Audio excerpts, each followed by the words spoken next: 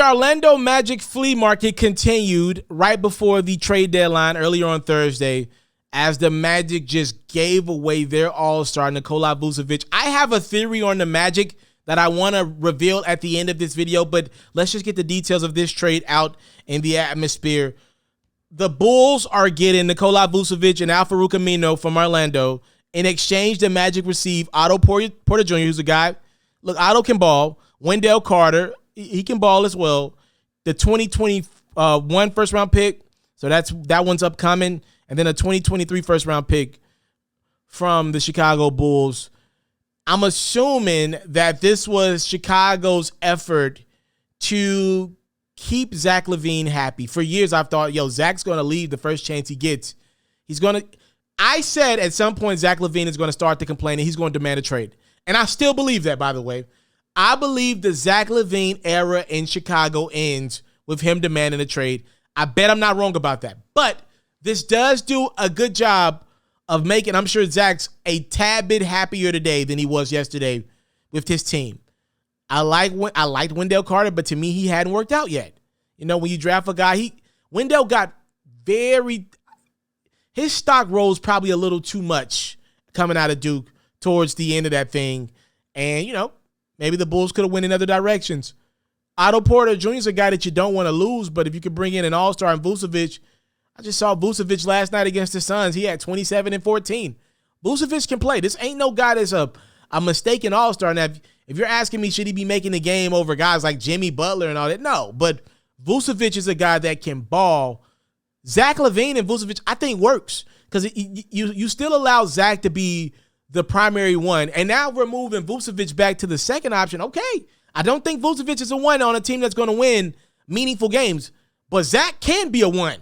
And Vucevic now at the two, I'm interested in Chicago. I'll leave it at that. I'm just interested to see how things go. Kobe White, he can light it up. You give him another guy. Vucevic can pass as well, so we'll see where the Bulls go. But let's focus on Orlando because they got fleeced. They gave away Aaron Gordon. They gave away Evan Fournier. And then obviously they gave away Nikola Vucevic. They just blew it up. So I want to focus here with Vucevic. I believe the Orlando Magic, that ownership group, that team, they were watching some basketball. They're watching their team, and they were like, look, Vucevic is good. He ain't great. Aaron Gordon is good. He ain't great.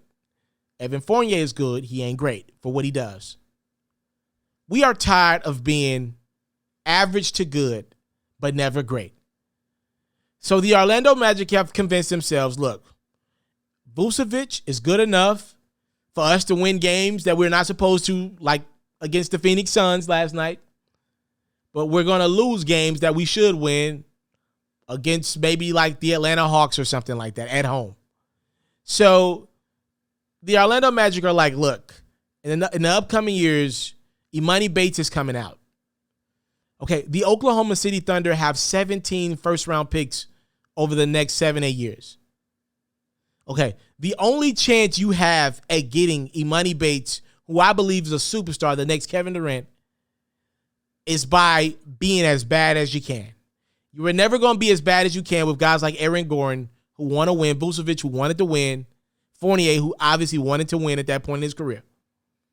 So you say, nah, we're tired of getting guys like around the 5 through 12 marker in the draft. We're tired of being there. We're getting sometimes good, but not great. A lot of misses as well for the Magic over the years. The Magic are saying, nope, we want the can't miss player in the draft. We want to bring some fresh air to Orlando. And that's why they did this. They want to be awful because you're competing against the Oklahoma City Thunder. And all the picks that they've accumulated in the Westbrook trades and the Paul George trades, you're competing with that. So I am pretty confident the Magic were like, look, these dudes can win games to get us to the playoffs, but we just going to be a 7 or 8 seed, and we're just going to lose to Milwaukee, Brooklyn, or Philly over the next decade. Why do that? If we're going to lose, let's lose with Imani Bates. Let's lose with the next guy. And that's what I believe is the thought process behind what the Magic did. I'm not mad at that. I just think they could have gotten more picks. If they let it be known that Aaron Gordon and Vucevic were available, I think they could have gotten more picks, to try to compete with OKC a little more in that department. Oklahoma City's trying to redo what they did 15 years ago with Harden, KD, and Westbrook. They're trying to do it again. They want multiple great players to go alongside Shai Gilgeous-Alexander. I know what they're trying to do. Now it looks like Orlando is trying their best to find. I think they just need one guy. They never found that guy following the Dwight Howard era from a brand standpoint and on the court as well. We shall see if they're able to figure it out in the future. I'm not justifying it. I'm just saying I think that's what the thought process is. If we're winning a decent amount of games, but not a lot of games, if we're not the best at selling tickets right now, what are we doing? I'd rather tank with a great young star, be bad, and then by the time it's time for him to be great and ready to win, we go put some pieces around him. But until then, let's save some money and be bad to get that young great player.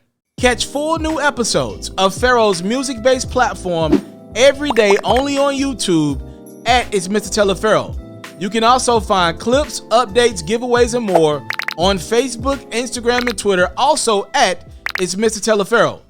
For all basketball fans, make sure you tune in to FERRO's daily highlights, reports, and commentary on YouTube at Hoops FERRO, and even more updates on Facebook, Instagram, and Twitter at Hoops FERRO as well.